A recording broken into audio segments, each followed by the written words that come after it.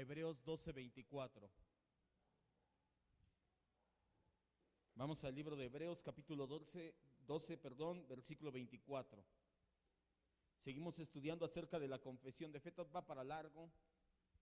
Vamos en la lección 5 de la confesión. Yo sé que esta es nuestra clase número 12, pero en realidad vamos en la lección 5 de 30 de la confesión de fe, poco más o menos tiene la confesión de fe. Entonces aún nos falta mucho por delante, eso es bueno. Algunos temas ya los habíamos visto. La semana pasada incursionamos en un tema del cual le había hecho menciones algunas veces, medianamente lo habíamos tocado, pero esta vez ya con un poco más de conciencia entramos a hablar acerca de los pactos. De hecho, terminando esta serie de la confesión de fe en un par de meses, año y tal vez, vamos a tener una serie corta, unas 12, 15 predicaciones acerca de los pactos y de la teología del pacto. Hebreos 12:24 dice así la Biblia: a Jesús, el mediador del nuevo pacto, y la sangre rociada que habla mejor que la de Abel. Cierre sus ojos, vamos a orar y vamos a decirle: gracias, maravilloso Dios, en esta noche en la que nos permites escudriñar, Señor, tu palabra por medio de una confesión de fe a la cual nos apegamos. Tú levantaste hombres piadosos, Señor, para que desarrollaran esta confesión de fe, y esa ha sido una bendición a lo largo de los siglos ya para tu iglesia, y nosotros no somos la excepción, Señor. Queremos no solamente de dicho decir que nos apegamos a una confesión, sino verdaderamente adentrarnos en ella, saber qué dice y entender que esté apegada a la Escritura, Señor, que no vaya en contra de lo que explícitamente tu palabra enseña, sino al contrario, que sea fiel a la Escritura. Y esto sea para provecho de nosotros, Señor, esto sea para provecho de tu iglesia, para que maduremos y reflejemos a Cristo. Esa siempre será nuestra oración. Gracias te decimos, Padre. Gracias, Señor Jesucristo. Gracias, Espíritu Santo. Amén, Dios.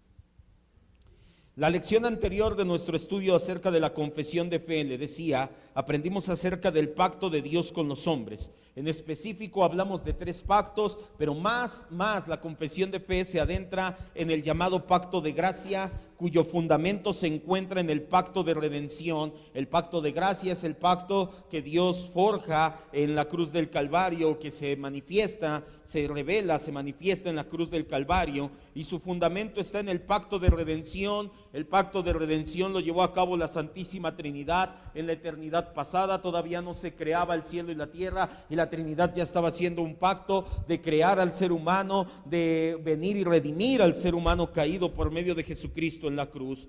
El pacto de obras que fue instituido por Dios con Adán aún sigue vigente. Por lo tanto, era necesario el pacto de gracia si es que queríamos agradar a Dios. Ya no había manera de agradar a Dios en el momento en que Adán rompe el pacto de obras. ¿Por qué se le llamó pacto de obras? Tiene varios nombres, vamos a llamarle pacto de obras, porque la bendición estaba condicionada a la obediencia de Adán. Hacías una buena obra, Adán, obedecer, estaba la bendición. Adán desobedeció y llegó el pecado, que de hecho fue lo que vimos una clase antes todavía de la clase anterior. En el siguiente tema de la confesión de fe, trata acerca del oficio del mediador del nuevo pacto. Así se llama el tema del día de hoy: el mediador. Cristo, el mediador. Va ligado íntimamente con el tema anterior, y el anterior con el anterior, y los anteriores van poniendo bases para los subsecuentes temas. El tema del día de hoy es Cristo como mediador del nuevo pacto, pacto que el Señor Jesucristo ejerce. Así que para poder entrar de lleno a escudriñar este tema, primero tenemos que definir bíblicamente lo que es un mediador. La palabra que usa el Nuevo Testamento, acabamos de leer aquí en el libro de Hebreos y en las demás citas que encontramos la palabra mediador en el Nuevo Testamento, es el griego mesites, que significa alguien que está en medio. Un mediador era el término que se aplicaba a una persona que se ponía en medio de otras dos para contribuir de alguna manera a las buenas relaciones de ambas. Este concepto no tiene mucha ciencia, no tiene mucha profundidad en el aspecto para entender. ¿Qué es un mediador? Su nombre lo dice. Hay una persona de este lado, un grupo de personas, hay una persona, otro grupo de personas de este lado. Yo me pongo en medio de ese grupo de personas, una y otra, y entonces quiero que se lleven bien. Yo voy a hacer las veces de mediador. Me paro y hablo bien de las personas de allá, me paro y hablo bien de las personas. Eso es ser un mediador. El término se aplica a la persona que se pone en medio de otras para contribuir de alguna manera para que tengan buenas relaciones ambas partes. Vemos en la Biblia que hay varios mediadores, todos son tipos de Cristo. Jonatán medió entre David y Saúl, no vamos a ir por cuestión de tiempo. En 1 Samuel 19, Jonatán le dice: papá, pero ¿qué te hizo David? ¿Y qué estaba haciendo ahí Jonatán? Un mediador. Abraham intercedió por Abimelech y también intercedió por la ciudad de Sodoma y Gomorra. Moisés fue un mediador con Faraón y fue un mediador con Israel. Samuel fue un mediador cuando Israel decidió o pidió un rey y cuando se volvió corrupto. La designación de mediador pertenece en forma preeminente a Cristo. Cuando nosotros hablamos de mediador en la Biblia, siempre es acerca del Señor Jesucristo. Aún y cuando encontramos mediadores en el Antiguo Testamento, todos estos son tipos o sombras de Cristo. Y su oficio mediador lo lleva a cabo por medio de otros tres oficios que son, y que vamos a ver más adelante, el oficio de profeta, rey y sacerdote, a recordar, porque ya habíamos visto medianamente. Entonces, ¿qué es un mediador? Alguien que se pone en medio de dos partes para que se lleven bien. Ya, con eso basta. ¿Que hay mediadores en la Biblia? Sí, sí encontramos muchos, siempre hablando o apuntan hacia el Señor Jesucristo. En la Biblia, por excelencia, el mediador entre Dios y los hombres, ¿quién es? Cristo Jesús. No hay otro mediador. Eso es parte medular de la doctrina cristiana y es una gran diferencia con la doctrina católico-romana. La doctrina católico-romana piensa que puede haber más mediadores, como María, como los santos, como veneración de reliquias, como hacer mandas, como muchas cosas ponen como mediadores entre Dios y el hombre. La Biblia es enfática: solamente hay un Dios y solamente hay un mediador entre Dios y los hombres, y ese es Jesucristo hombre. ¿Qué dice la confesión de fe? Vamos adelante entonces. De hecho, hoy lo vamos a ver en 2, 3 clases tal vez. Hoy vamos a ver los 3 primeros párrafos, con esos nos va a bastar, se va a dar cuenta.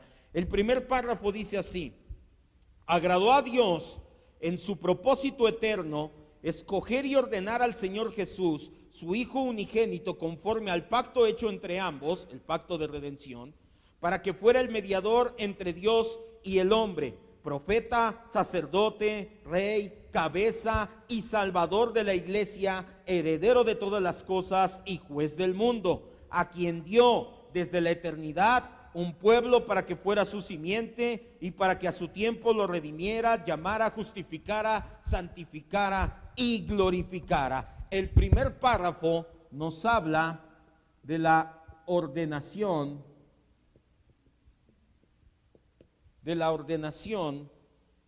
del oficio de mediador.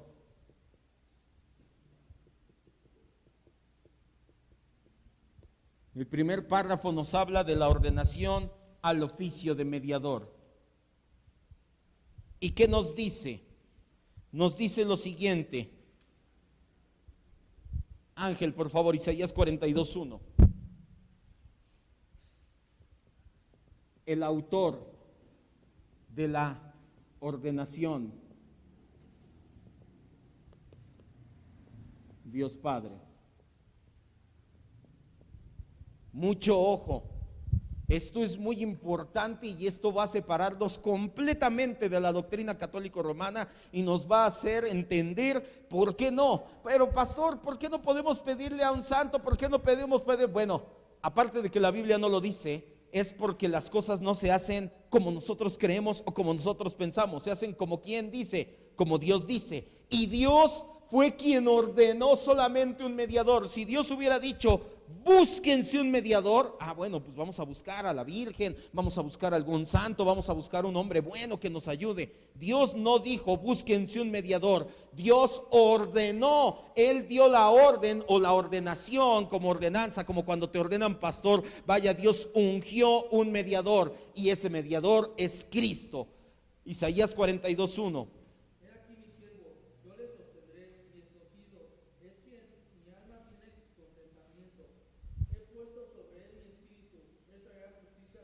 Así es. ¿De quién habla aquí? Del siervo sufriente de Jehová, y está diciendo el Señor, a Él puse yo para que traiga a las naciones, a Él puse yo para que sea mi representante, mi mediador con los seres humanos. No vayan, Juan 3:16, que dice Juan 3:16, de tal manera amó Dios al mundo que dijo, búsquense un mediador, el que ustedes quieran. ¿Sí dice así? ¿Qué dice? ¿Que envió a quién? A su Hijo unigénito. Entonces, ¿quién ordenó que fuera el Hijo el que viniera? El Padre. Lo primero que nos dice es que el autor de la ordenación como mediador es el Padre. Después, ahí mismo, Ángel, ayúdame, Primera de Pedro 1:19 y 20.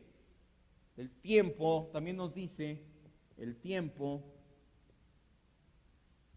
de la ordenación es en la eternidad.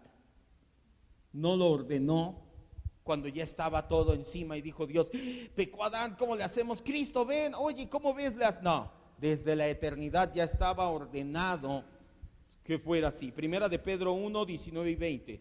Sino con la sangre preciosa de Cristo, como de un cordero sin mancha y sin contaminación, ya destinado desde antes de la fundación del mundo, pero manifestado en los postreros tiempos por amor de vosotros. Por amor de ustedes. Esa es la parte que nos habla de la mediación. Ya estaba destinado desde antes de la fundación del mundo que Cristo muriera. ¿Por qué? Porque los amo a ustedes, porque quería alguien que quedara en medio de ustedes y yo para poder relacionarme con ustedes. Quería un mediador, ordené un mediador desde antes. El marco de la ordenación, ahora son dos citas. Salmo 110:4, Ángel. Gonzalo, ayúdame por favor con Hebreos 7:21 y 22. El marco de la ordenación. ¿Cuál es ese marco? El pacto de redención. ¿Qué significa esto?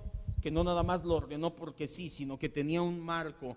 Ya lo vimos la semana pasada, un límite dentro de lo ordenó. No fue porque a Dios se le ocurrió de la nada, sino que dentro del pacto de redención. ¿Qué es el pacto de redención? Recuerde la clase anterior, lo vimos, un pacto intertrinitario entre que Padre, Hijo, Espíritu Santo en la eternidad pasada dijeron, oye, vamos a crear un pueblo, vamos a determinar que pequen, de esos pecadores vamos a salvar a algunos. Cristo, tú vas a ir y vas a morir por esos pecadores. Espíritu Santo, tú los vas a llevar a los pies de Cristo y los vas a preservar hasta el final, todo para la gloria de Dios Padre.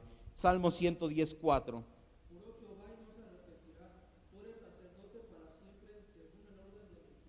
Y Hebreos 7:21 y 22.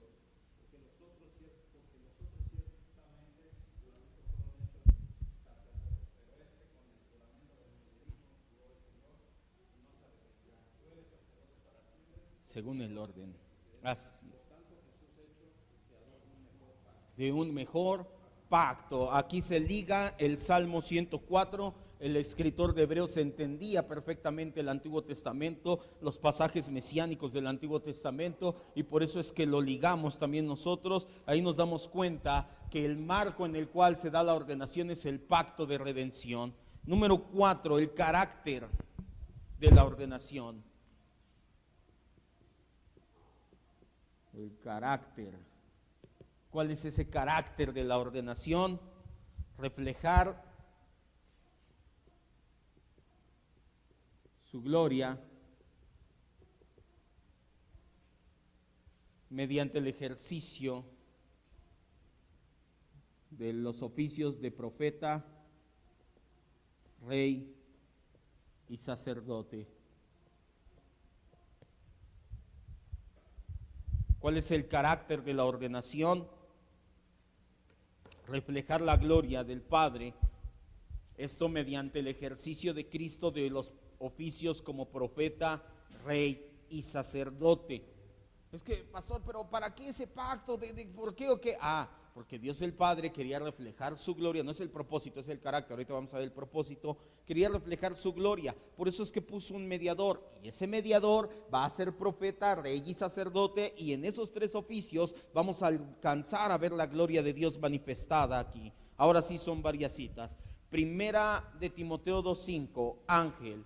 Hechos 2:32, Gonzalo. Hebreos 5:5 y 6, mi hermano Gabriel. Salmo 2:6, Leo, por favor. Lucas 1:33. ¿A quién más? ¿Quién me ayuda? Mi esposa, por favor. Efesios 1:22, 23 y 5:23. Ese voy yo. Y ¿quién más me ayuda? Allá atrás, Yesenia, por favor. Hechos 17:31. Repito las citas: 1 Timoteo 2:5, Hechos 3:22, Hebreos 5:5 y 6, Salmo 2:6, Lucas 1:33, Efesios 1:22, 23 y 5:23 y Hechos 17:31. Fuerte. Porque hay un solo Dios y un solo mediador entre Dios y los hombres, Jesucristo hombre. Así es, hay solamente un Dios y un mediador entre Dios y los hombres, ese es Jesucristo hombre. Adelante, Hechos 3:22. Porque Moisés dijo a los padres: el Señor vuestro Dios os levantará profeta de vuestros hermanos como a mí, a él oiréis en todas las cosas que os hable. Habla acerca aquí del oficio profético del Señor Jesucristo para que lo escuchemos. Hebreos 5:5 y 6.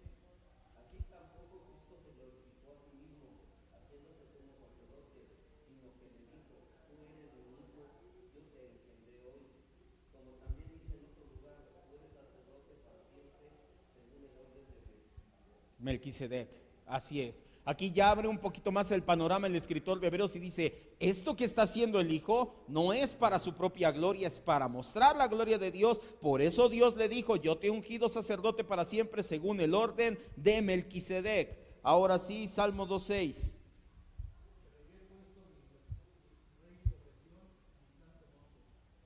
Hasta ahí nada más. Está hablando acerca del oficio regio, el oficio de rey del Señor Jesucristo. Lucas 1:33.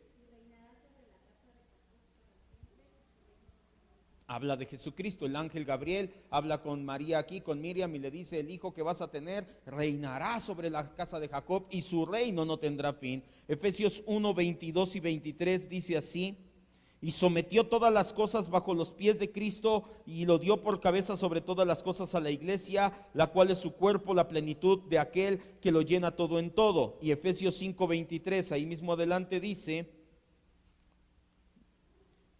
¿sí? 5:23 dije, sí. Porque el marido es cabeza de la mujer, así como Cristo es cabeza de la iglesia, la cual es cuerpo y él es su Salvador. Y por último, Hechos 17:31.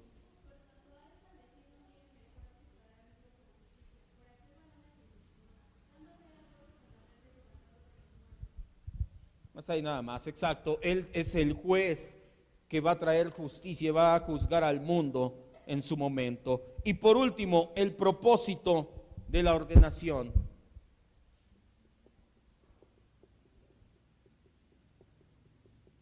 El propósito de esta ordenación, ¿cuál es? La redención, que va desde la elección hasta la glorificación de sus elegidos.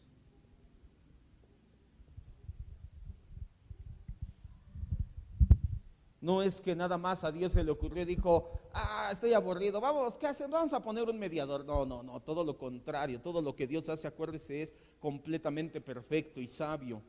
Él es el sabio por excelencia. Ya estas citas aquí se las dejo, las puede ver en su casa. Tuvimos un discipulado que hablamos acerca de las 7 etapas de la salvación, en todas está incluido. El segundo párrafo de la confesión de fe dice así: el Hijo de Dios, la segunda persona de la Santa Trinidad, siendo Dios verdadero y eterno, el resplandor de la gloria del Padre, consustancial con aquel e igual a él, que hizo el mundo y quien sostiene y gobierne todas las cosas que ha hecho, cuando llegó la plenitud del tiempo, tomó sobre sí la naturaleza de hombre con todas sus propiedades esenciales y con sus debilidades culminantes, aunque sin pecado, siendo concebido por el Espíritu Santo en el vientre de la Virgen María, al venir sobre ella el Espíritu Santo y cubrirla el Altísimo con su sombra, y así fue hecho de una mujer de la tribu de Judá, de la simiente de Abraham y David, según las Escrituras. De manera que dos naturalezas completas, perfectas y distintas se unieron inseparablemente en una persona, pero sin conversión, composición o confusión alguna. Esta persona es verdaderamente Dios y verdaderamente hombre, aunque un solo Cristo, el único mediador entre Dios y el hombre. ¿De qué nos habla aquí? El segundo párrafo de la confesión de fe nos habla de la encarnación para hacer posible el oficio de mediador.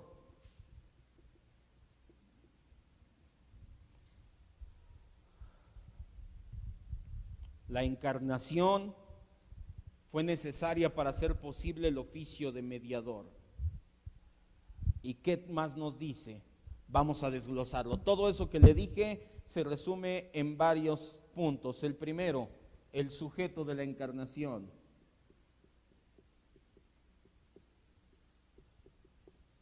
Es el verbo de Dios.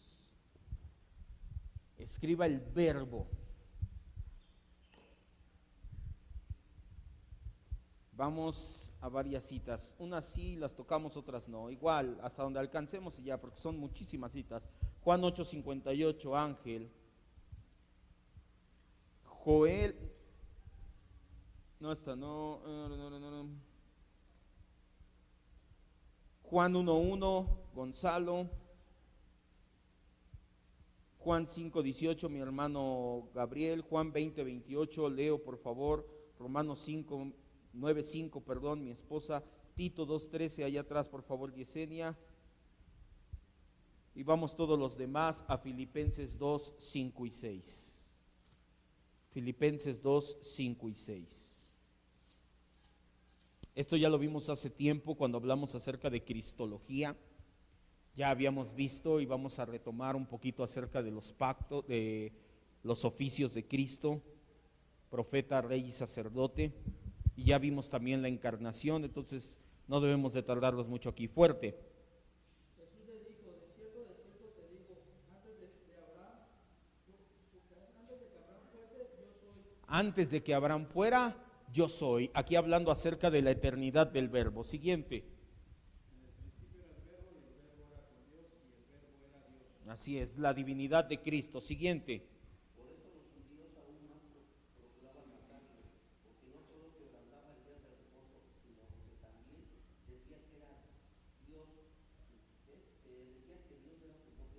Haciéndose igual. Así es. Siguiente cita. Sí, por favor. Siguiente cita.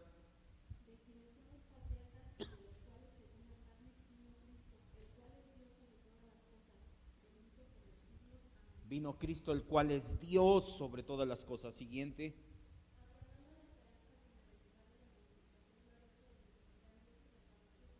Nuestro Dios y Salvador Jesucristo. Y por último, Filipenses 2:5 y 6 dice así: haya pues en ustedes este sentir que hubo también en Jesucristo, el cual siendo en forma de Dios, no estimó el ser igual a Dios como cosa a que aferrarse. Escriba. Aquí esto sí tiene que quedar bien claro este punto. El verbo divino es la segunda persona de la Trinidad. Coma. Conocido también como Señor Jesucristo.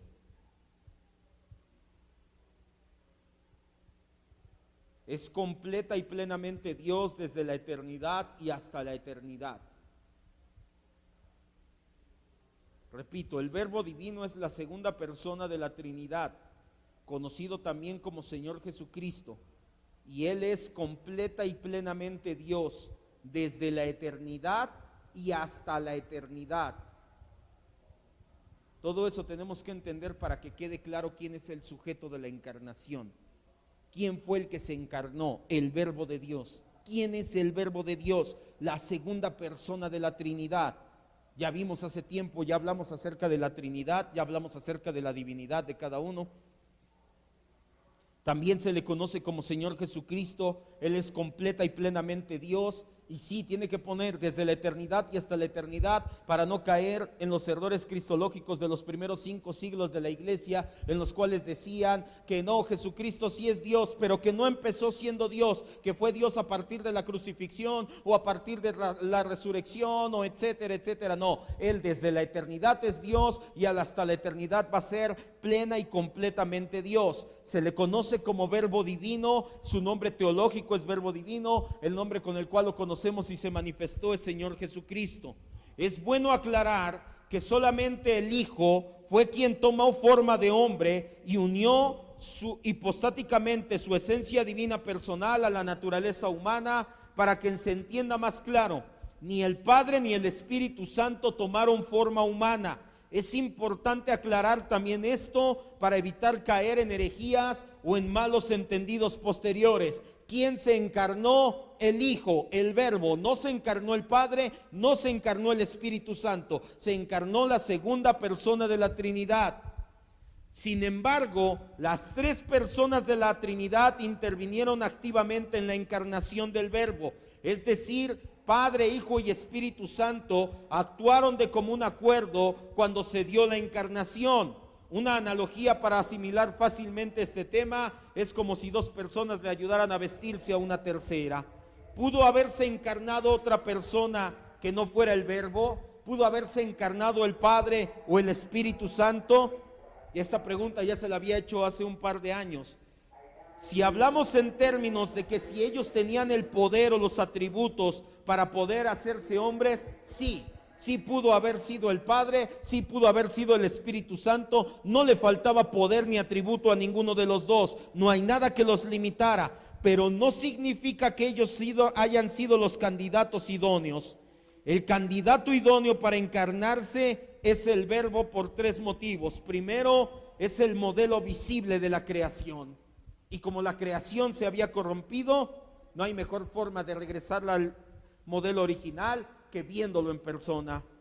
Segundo, era más conveniente que fuéramos destinados a ser hijos de Dios con el Hijo de Dios. Tercero, para satisfacer nuestra necesidad por saber todas las cosas mediante la sabiduría personal de Dios. Cristo es la sabiduría de Dios. Además, filosóficamente hablando, también podemos contestar esta pregunta: ¿por qué no se encarnó el Padre? ¿Por qué no se encarnó el Espíritu Santo? Porque la Trinidad es toda sabiduría, y si ellos decidieron que fuera el Hijo que se encarnara, entonces quiere decir que esa fue la mejor decisión, y por mucho. Número 2, y esto es lo que nos dice en cuanto al sujeto de la encarnación. Número 2, el momento de la encarnación.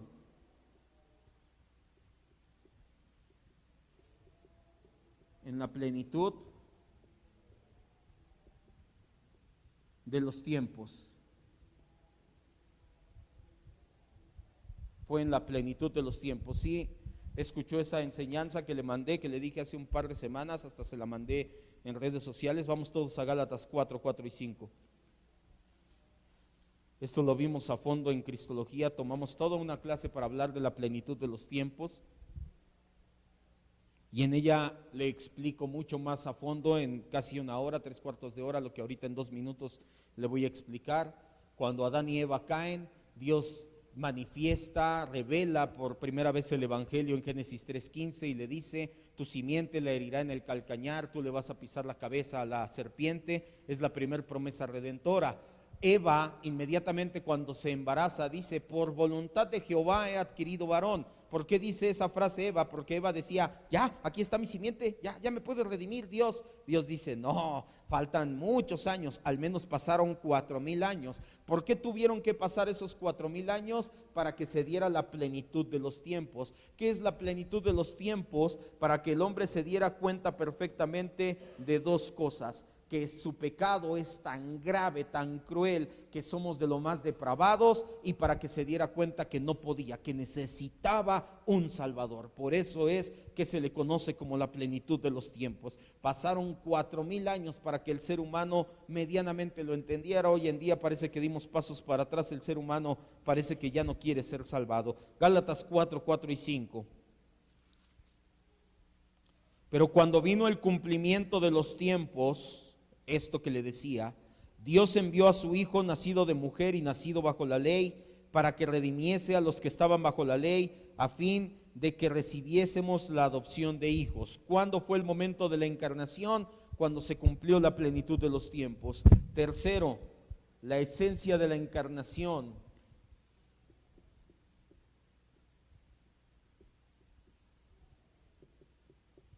Plenamente o plena naturaleza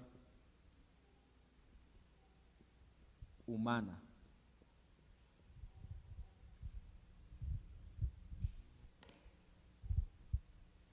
Vamos a las siguientes citas. Ángel, Hebreos 10:5. Gonzalo, Marcos 14:8.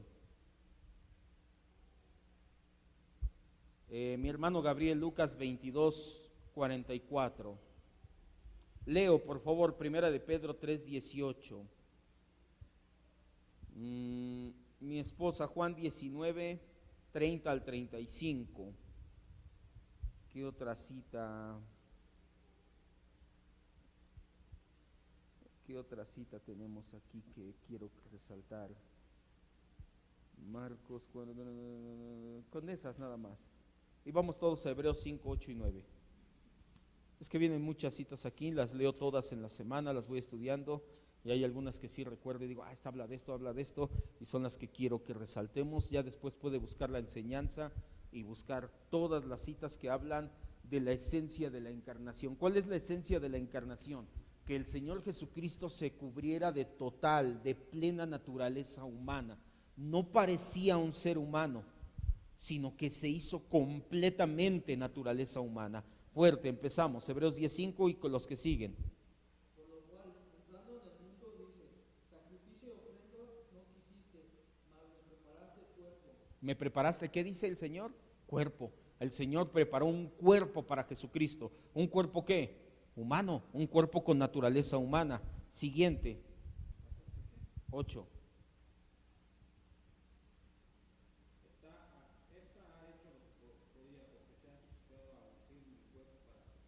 Se ha anticipado. Cuando ungen a Jesús en Betania, me parece, dice, ella ungió mi cuerpo, un cuerpo humano para su sepultura. Siguiente.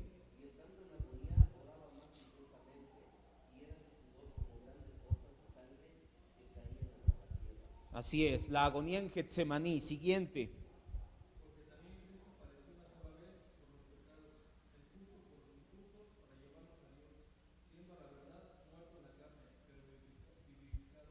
¿Muerto en qué? En la carne. ¿Qué fue lo que murió? Su parte carnal. Tenía un cuerpo humano, carnal, una naturaleza humana. Siguiente.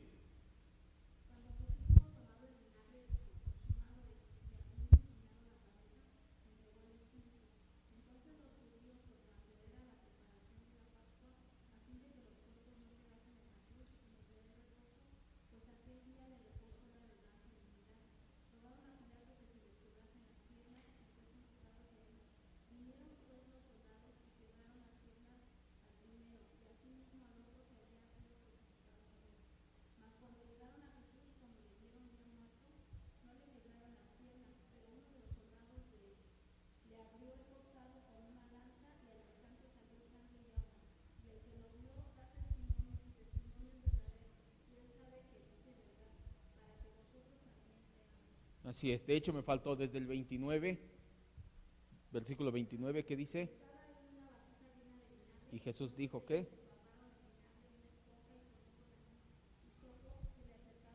No, entonces 28, cuando dice tengo sed.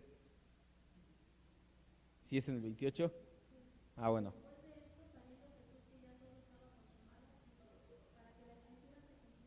Tengo sed. Es desde el 28 hasta el 35. ¿Por qué abarcamos hasta el 35? En el 28 dice tengo sed.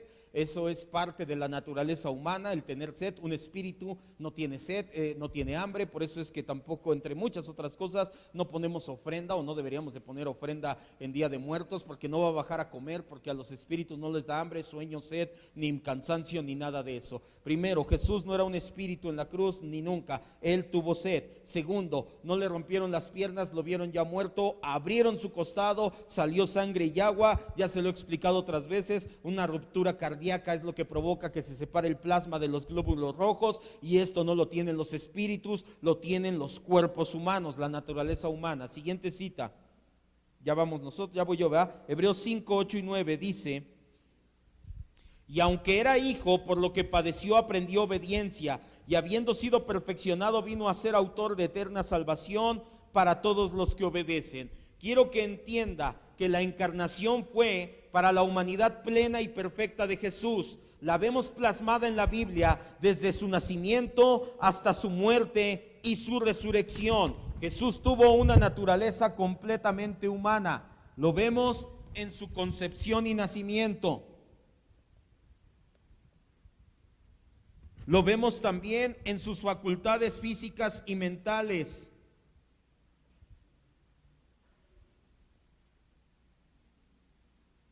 Lo vemos también en sus sentimientos y emociones.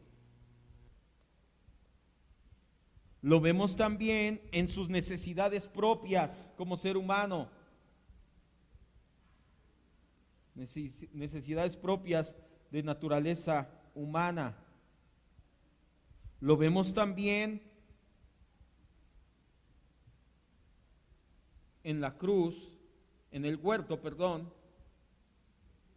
de Getsemaní, y lo vemos también en la cruz del Calvario.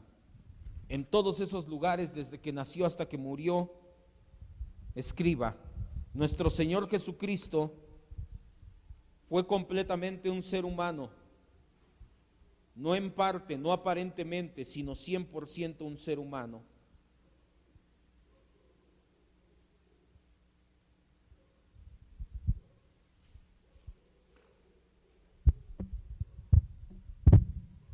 Este va de la mano con el número 4, las limitaciones propias de la encarnación. Y son sus necesidades humanas.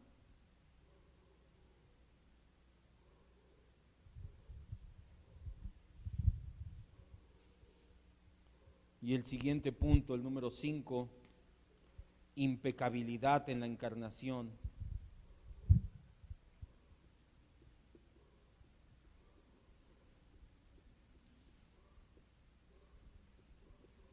Impecabilidad en la encarnación.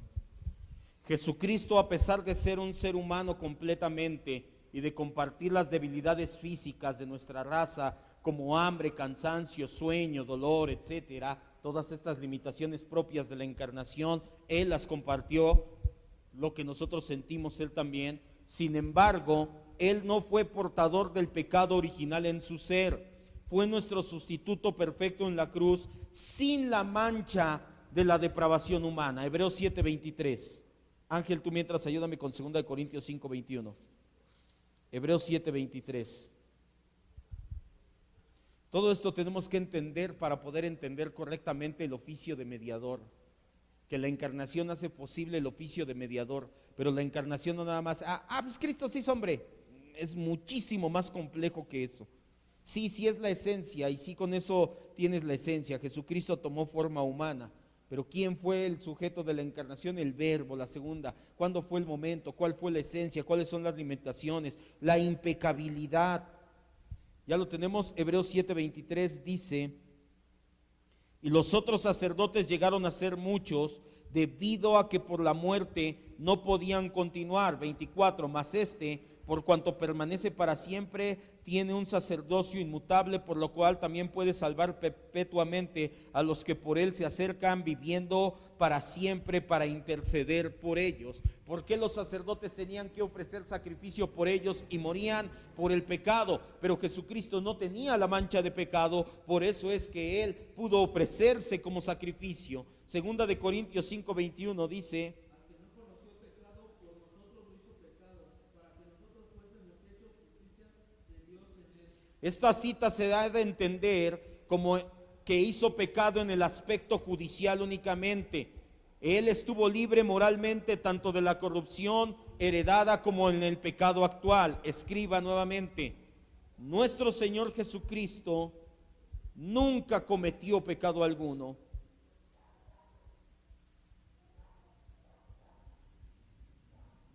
Nuestro Señor Jesucristo nunca cometió pecado alguno.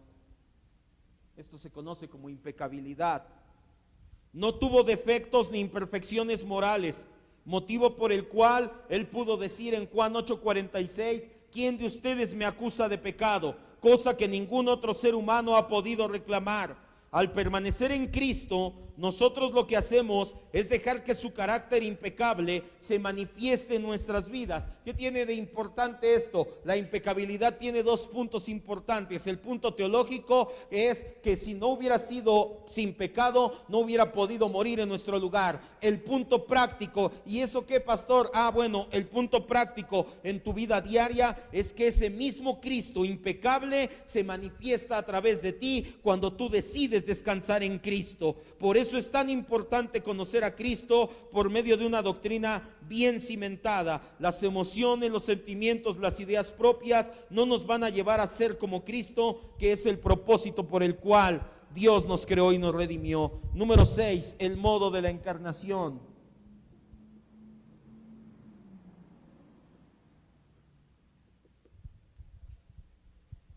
Romanos 1, 3 y 4, Ángel. Romanos 9, 5.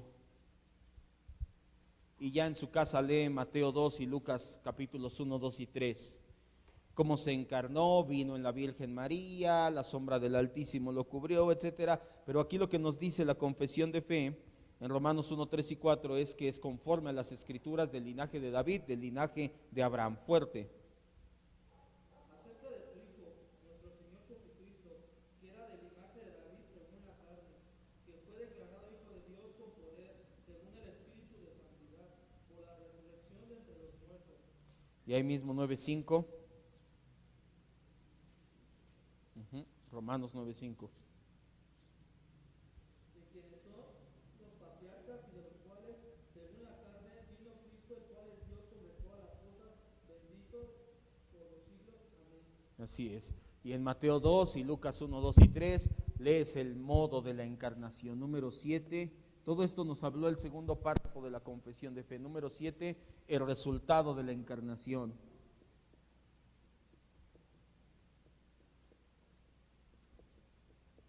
Plenitud o plena deidad de Cristo.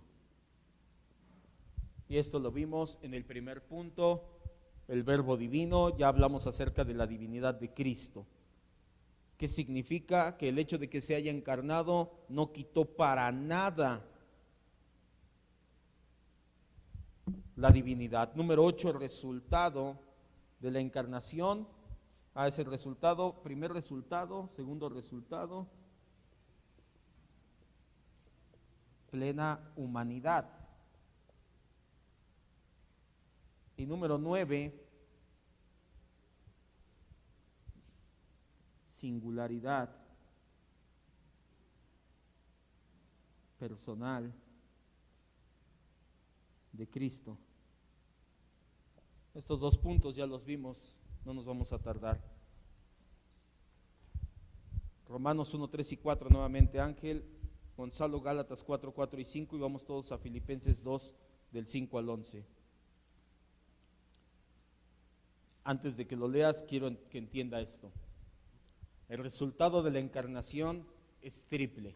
Primero, plena deidad de Cristo. No perdió nada de su deidad, de su divinidad. Siguió siendo 100% Dios. Plena humanidad. Él se vistió por completo, 100% hombre, 100% Dios, 100% hombre. Tercer resultado, singularidad de la persona de Cristo. ¿Qué significa? Que la única persona en todo el universo que es 100% Dios y 100% hombre, ¿quién es? Cristo. No hay otro más, no va a haber otro más, nunca hubo otro más. Es la única persona en toda la historia, desde la eternidad hasta la eternidad, que vas a conocer al ser teantrópico, Dios hombre, es nuestro Señor Jesucristo. Romanos 1, 3 y 4. Acerca de su Hijo, nuestro Señor Jesucristo, que era del linaje de David según la carne, que fue declarado Hijo de Dios con poder, según el Espíritu de santidad, por la resurrección de entre los muertos. Hasta ahí, dice, era del linaje de David según la carne. Habla, dice, Jesucristo, la única persona es Cristo, del linaje de David según la carne, y después dice, declarado Hijo de Dios. Te está hablando de la persona teantrópica, 100% Dios, 100% hombre, pero no habla de muchos, solamente de uno, quien es Cristo. Gálatas 4, 4 y 5. Pero cuando Él vino en cumplimiento del tiempo, Dios envió a su Hijo nacido de mujer y nacido bajo la ley, para que redimiese a los que estaban bajo la ley, a fin de que recibiésemos la adopción de hijos. Dice, Dios envió a su Hijo con H mayúscula, hablando de que comparte completa divinidad, pero también nacido de mujer, hablando de que es completamente un ser humano, pero no habla de muchas personas, solamente una persona fue quien tuvo estas dos cualidades, el Señor Jesucristo. Y ahora sí, Filipenses 2 del 5 al 11. Haya pues en ustedes este sentir que hubo también en Cristo Jesús, el cual siendo en forma de Dios no estimó el ser igual a Dios como cosa que aferrarse, sino que se despojó de sí mismo, tomando forma de siervo, hecho semejante a los hombres, y estando en la condición de hombre, aquí vemos primero que nos dice Pablo era Dios y ahora nos dice también es hombre, se humilló a sí mismo, haciéndose obediente hasta la muerte y muerte de cruz, por lo cual Dios también lo exaltó hasta lo sumo y le dio un nombre que es sobre todo nombre, para que en el nombre de Jesús se doble toda rodilla, los que están en el cielo, en la tierra y debajo de la tierra, y toda lengua confiese que Jesucristo es el Señor, para gloria de Dios Padre. El Nuevo Testamento nos presenta sin lugar a dudas a la única persona irrepetible de Jesucristo, al igual que nos muestra una clara distinción entre sus dos naturalezas, divina y humana. A esto se le conoce como persona teantrópica, teos Dios, antropos hombre. Cuando decimos que Jesucristo es Dios hombre, no estamos diciendo que el verbo de Dios se unió a una persona humana, sino que Jesucristo posee una naturaleza humana íntegra y perfecta, la cual existió y subsistió desde el primer momento de su concepción milagrosa. Escriba, en Cristo armonizan la completa naturaleza divina con la completa naturaleza humana. Es más, póngale, solamente en Cristo armonizan la completa naturaleza divina con la completa naturaleza humana.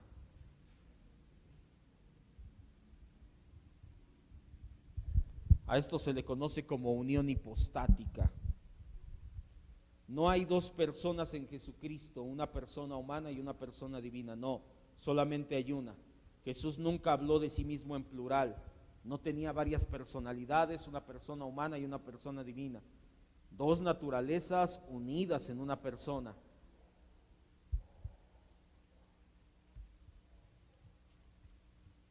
La unión hipostática significa 100% Dios y al mismo 100% hombre en la única persona de Jesucristo. Y por último, inciso C, ¿lo puedo borrar acá arriba? Sí, ya esto está más fácil.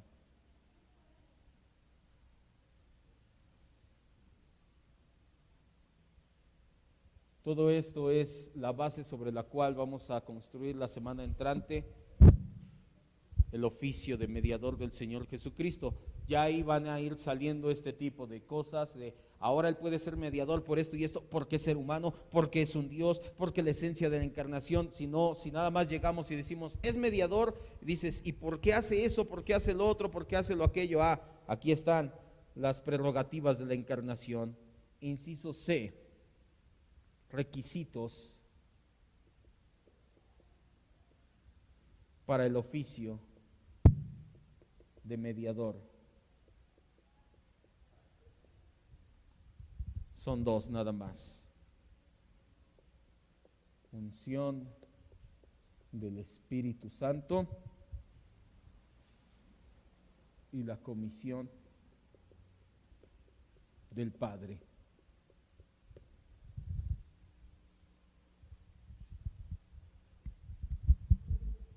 La confesión dice así. El tercer párrafo dice todo esto y lo desglosamos en esos dos puntos.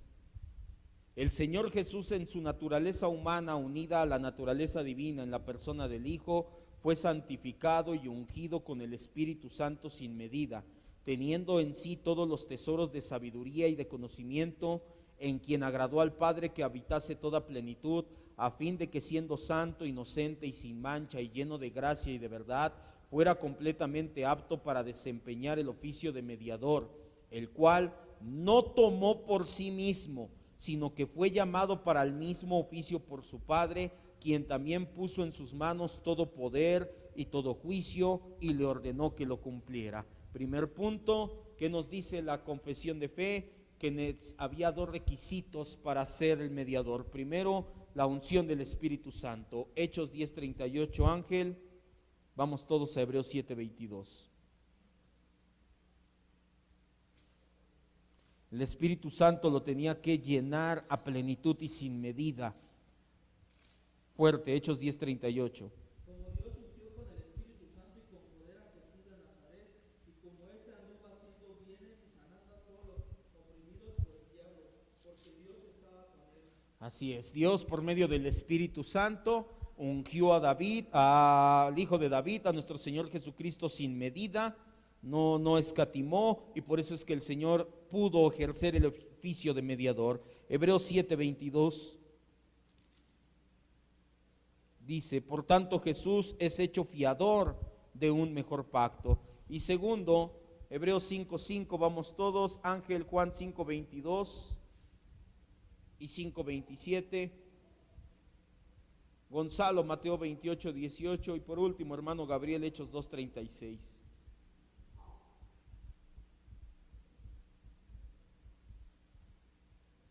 Hebreos 5:5, ya lo tenemos todos, dice así: así tampoco Cristo se glorificó a sí mismo haciéndose sumo sacerdote, sino que Él le dijo, el Padre le dijo: tú eres mi Hijo, yo te he engendrado hoy. Y en otro lugar también le dice: tú eres sacerdote para siempre, según el orden de Melquisedec. Cristo no tomó el oficio de mediador. Cristo no dijo: yo voy a ser el mediador. ¿Quién le dio el oficio de mediador? El Padre. El Padre fue quien lo comisionó. Si Cristo no tomó el oficio de mediador sobre sí mismo, mucho menos nosotros los seres humanos podemos tomar otro mediador que no sea Cristo y decir: no me gusta Cristo, prefiero un ángel, prefiero una virgen, prefiero un santo, prefiero una... No, si Cristo no tomó sobre sí el oficio de mediador, mucho menos nosotros podemos escoger otro mediador. Juan 5:22. Porque el Padre a nadie juzga, sino que todo el juicio dio al Hijo, y también le dio autoridad de hacer juicio por cuanto es Hijo del hombre. Así es, dice que el Padre fue quien le dio al Hijo esa prerrogativa de ser mediador. Mateo 28:18.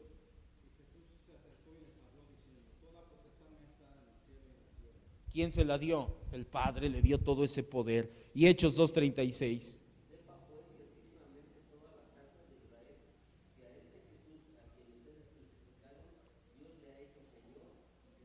¿Quién lo puso como mediador, como Señor y Cristo?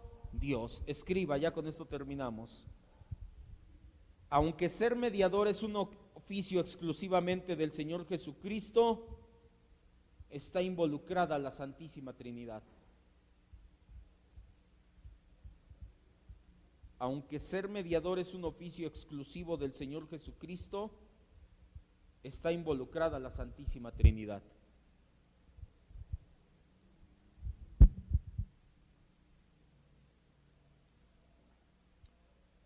Vamos a orar, cierre sus ojos.